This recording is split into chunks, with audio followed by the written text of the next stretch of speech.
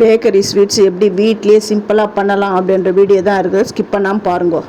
Welcome to Sethu Chitra kitchen.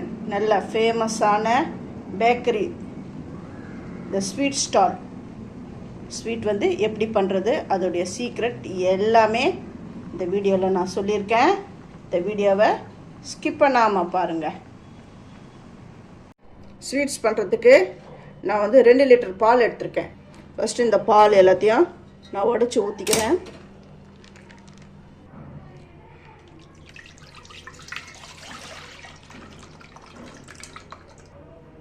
பால் உடச்சி ஊற்றிட்டேன். இப்போ இதில் கொஞ்சமாக பால் அப்படியே ஒட்டின்னு இருக்கும். அது வந்து தண்ணி ரொம்ப இல்லை, அவ்வளோதான். கொஞ்சமாக விட்டு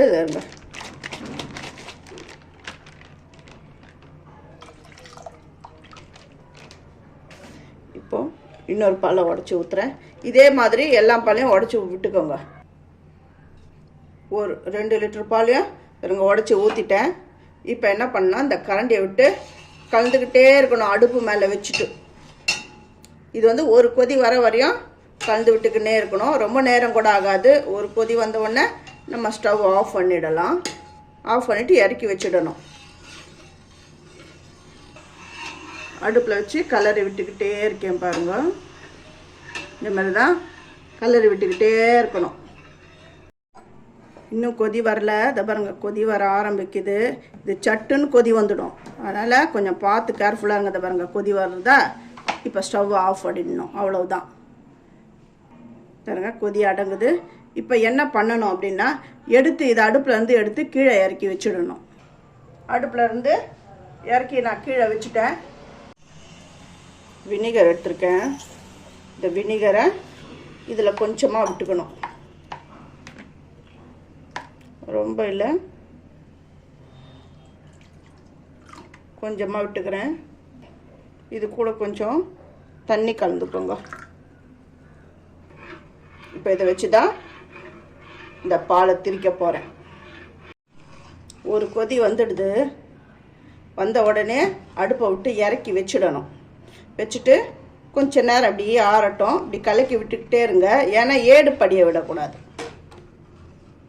கொஞ்ச நேரம் இப்படி 1 நிமிஷம் இப்படி கலந்து விட்டாலுமே போதும். இப்போ நம்ம வச்சுருக்கிற வினிகரை ரொம்ப இல்லை, அப்படி கொஞ்சம் கொஞ்சமாக விடணும், விட்டு கலக்கணும். இதை பாருங்கள், இப்போவே பால் அப்படி உடஞ்சி வருது பாருங்கள்.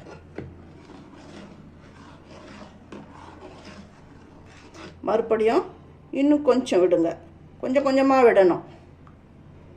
அது எந்த ஸ்டேஜ் வரையும் நிறுத்தணும் அப்படின்றத நான் சொல்கிறேன். இன்னும் கொஞ்சம் சேர்க்கலாம், ஏன்னா இந்த மாதிரி பால் மாதிரி மில்கி மாதிரி வரக்கூடாது. அது வந்து கொஞ்சம் அப்படியே நல்லா பன்னீர் தெளிவாக திரியணும், அது வரையும் விடணும். கொஞ்சம் கொஞ்சமாக விடுங்க, மொத்தமாக விட்டுடாதீங்க. நல்லா திரிஞ்சு வருது பாருங்கள். நல்லா கேர்ட்லிங் ஆகுது பாருங்கள். மறுபடியும் இன்னும் கொஞ்சம் மறுபடியும் கலந்து விடுங்க. இந்த மாதிரி கொஞ்சம் கொஞ்சமாக விடுங்க. இந்த அளவுக்கு தெளியணும் தண்ணி. பார்த்தீங்களா எப்படி வந்திருக்கு? நல்லா தெளிவாக தண்ணி, தெளிவாக இந்த பன்னீர் வந்து தண்ணியாக இதாக இருக்கா தெரிஞ்சிடுது பாருங்கள். எவ்வளோ இந்த பன்னீர் பார்க்கும்போதே பாருங்கள். நல்லா இந்த மாதிரி திரியிற அளவுக்கு கொஞ்சம் கொஞ்சமாக நீங்கள் வந்து அந்த வினிகர் விடணும். கொஞ்சம் கூட இதை பாருங்க, மிச்சம் மீதியாக இருக்குது. அவ்வளோதான். இதை வந்து வடிகட்டிக்கலாம். வடிகட்டி தண்ணியில் நார்மல் டேப் வாட்டர்லேயே வாஷ் பண்ணிக்கணும். ஏன்னா நம்ம வினிகர் விட்டதுனால புளிப்பு இருக்கும், அந்த டேஸ்ட் இருக்கும். அதை அவாய்ட் பண்ணுறதுக்கு தான் நம்ம வந்து நார்மல் டேப் வாட்டரில் வாஷ் பண்ணிக்கணும். அதாவது வினிகர் இல்லை அப்படின்றவங்க லெமன் ஜூஸ் கூட வச்சு திரிச்சுக்கோங்க. இப்போ பாருங்கள், இதை வடிகட்டிடலாம். இந்த தண்ணி வந்து வேணுன்றவங்க எடுத்து வச்சுக்கலாம். நல்ல நியூட்ரிஷன் வேல்யூ இருக்கிறது இதுக்கு. இது வந்து நல்லா அப்படி வடிகட்டிக்கோங்க.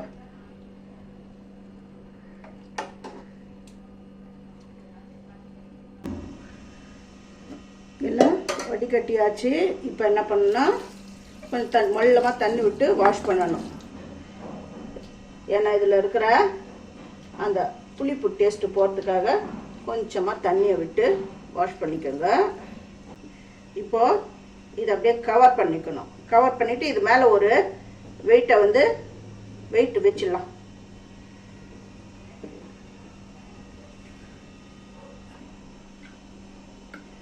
ஒரு தட்டு போட்டு மூடிட்டேன். இந்த வெயிட்டை வச்சிடுறேன். ஒரு 15 நிமிஷம் அப்படியே இருக்கட்டும். 15 நிமிஷம் கழித்து பார்க்கலாம்.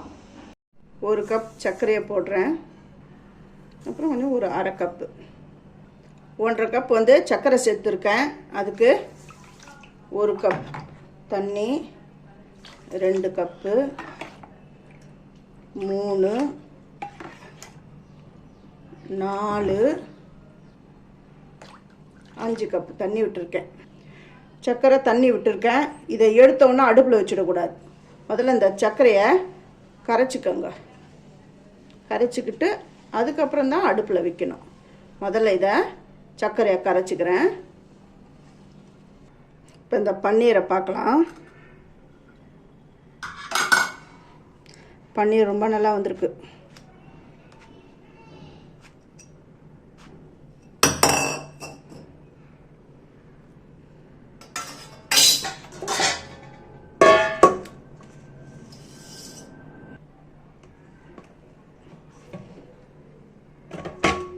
இப்போ இந்த பன்னீரை நல்லா மேஷ் பண்ண, அந்த சின்ன சின்ன கட்டிகள்லாம் இருக்கக்கூடாது. அந்த அளவுக்கு இதை நல்லா இந்த முட்டி இருக்குது பாருங்கள், அந்த கை லாஸ்ட்டில் அதை வச்சு இது பாருங்க அப்படி தேய்ச்சி கொடுக்கணும். இந்த மாதிரி தேய்ச்சி கொடுத்து எடுத்துகிட்டு வரேன். எந்த பதத்தில் இருக்கணும் அப்படின்றதையும் நான் உங்களுக்கு காட்டுறேன். நல்லா இது பாருங்கள், இந்த மாதிரி பிசைஞ்சிட்டேன். எப்படி வந்திருக்குன்னு பாருங்கள். இப்போ என்ன பண்ணுங்க, உங்களுக்கு என்ன ஷேப்பில் வேணுமோ அந்த ஷேப்பில் உருட்டிக்கோங்க. ரவுண்டாக உருட்டினாலும் சரி, இல்லை சிலிண்டருக்கெலாம் உருட்டினாலும் சரி. இது வருங்க, இதை நல்லா உருட்டி நான் உங்களுக்கு காட்டுறேன். நான் சிலிண்டருக்கெல்லாம் நான் இப்படி உருட்டிக்கிறேன். இந்தமாரி எல்லாத்தையும் இந்த மாதிரி உருட்டிக்கிறேன். அடுப்பு ஆன் பண்ணிட்டேன். பாருங்க, சர்க்கரை எல்லாத்தையும் கரைச்சிட்டேன். இப்போ இது கொதி வரட்டும். கொஞ்சமாக பால் விட்டுருக்கேன். ஏன்னா இந்த சர்க்கரையில் வர அழுக்கெல்லாம் எடுத்துக்கிறதுக்காக தான் நான் பால் விட்டுருக்கேன். பாருங்கள், இந்த சர்க்கரையில் எப்படி அழுக்கு வந்துக்குது பார்த்தீங்களா? இதை இந்த டீ வடிகட்டி இருக்குது பாருங்கள், இதில் நான் இதெல்லாம் எடுத்துடுறேன். இந்த மாதிரி சர்க்கரையில் இருக்கிற எல்லா அழுக்கையும் நான் இப்போ எடுத்துட்டேன். கார்ன்ஃப்ளவர் மாவு எடுத்துருக்கேன். இது கொஞ்சமாக தண்ணியை விட்டு கட்டி இல்லாமல் ஃபஸ்ட்டு இதை கரைச்சிக்கணும். அதுக்கப்புறம் இந்த ரசகுல்லா எல்லாத்தையும் நான் உருட்டி வச்சுட்டேன். இதை கரைச்சி வச்சுக்கிறத இப்படி பரவலாக நான் விட்டுடுறேன். இப்போ இந்த உருட்டி வச்சுக்கிறத இது எல்லாத்துலேயும் இதில் நான் சேர்த்துட்றேன்.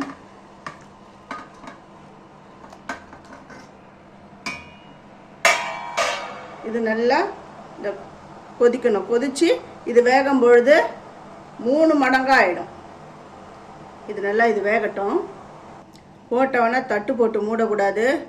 நல்லா ஒரு ஹை ஸ்பீடில் அதாவது அடுப்பை ஹையில் வச்சுட்டு ஒரு அட்லீஸ்ட் ஒரு 5-6 நிமிஷம் அப்படியே விட்டுடணும். இது நல்லா வெந்து வரட்டும். நம்ம போட்டது எவ்வளோ, இப்போ வெந்தது எவ்வளோன்னு பாருங்கள். எவ்வளோ பெருசாக வந்திருக்குன்னு பாருங்கள். அவ்வளோதான். இந்த ஸ்டவ்வை ஆஃப் பண்ணிவிட்டு அப்படியே மூடி வைக்கணும். நல்லா சில்லுன்னு ஆறுற வரையும் அப்படியே மூடி வச்சிடுறேன். ஒரு 5 மணி நேரம் நான் அப்படியே விட்டுட்டேன். இப்போ பாருங்கள் எப்படி வந்திருக்குன்னு பாருங்கள். இதை நான் ஒன்று இப்போ எடுத்து அதை லைட்டாக அமுத்தி நான் காட்டுறேன். எந்த அளவுக்கு அந்த ஜீராவெல்லாம் இது செக் பண்ணியிருக்கு பாருங்கள். இதை கட் பண்ணியே நான் உங்களுக்கு காட்டுறேன் எந்த அளவுக்கு ஸ்பான்ச்சியாக இருக்கணும் பாருங்கள். ஃபஸ்ட்டு என்னுடைய வீடியோவை பார்க்குறவங்க சப்ஸ்கிரைப் பண்ணலைன்னா சப்ஸ்கிரைப் பண்ணுங்கள், ஆல் அண்ட் ஆஃப்டர் தொடுங்க. அப்போ தான் நான் போடுற ஒரு வீடியோவுடைய நோட்டிஃபிகேஷனை உங்களுக்கு காட்டும். உங்களுக்கு பிடிச்சிருந்தா உங்கள் ஃப்ரெண்ட்ஸுக்கும் நீங்கள் ஷேர் பண்ணுங்கள், லைக் பண்ணுங்கள், ஹைப் கொடுங்க. பாருங்கள் எந்த அளவுக்கு ஸ்பாஞ்சியாக வந்திருக்கு. இதை எப்படி டெக்கரேட் பண்ணுறது அப்படின்றதையும் இந்த இதில் நான் உங்களுக்கு சொல்கிறேன். நல்லா பெருசாக பண்ணிட்டேன்.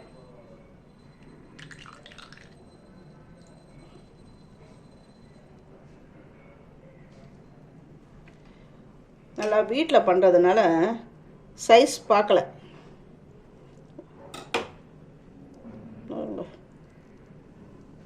இதெல்லாம் ஏற்கனவே நான் கட் பண்ணி நான் உங்களுக்கு அதில் உள்ளே எப்படி இருக்குதுலாம் நான் காமிச்சிட்டேன். இதுக்கு நடுவில் சக்கரை பால்கோவா தான் நான் வச்சுருக்கேன். சுகர் சேர்த்த பால்கோவா வச்சு அந்த பிஸ்தா பருப்புகளை அதுக்கு மேலே இந்த கடையில் இருக்கிற மாதிரி வரத்துக்காக நான் அந்த மாதிரி அலங்காரம் பண்ணியிருக்கேன். இதை வந்து நீங்கள் கடையில் வாங்க போனால் என்ன ரேட்டு அப்படின்றத பாருங்கள். வீட்லேயே நம்ம ஈஸியாக சட்டுன்னு பண்ணிடலாம். குழந்தைங்க எல்லாருக்குமே ரொம்ப ரொம்ப பிடிக்கும். இந்த வர தீபாவளிக்கு இதை செய்யுங்க.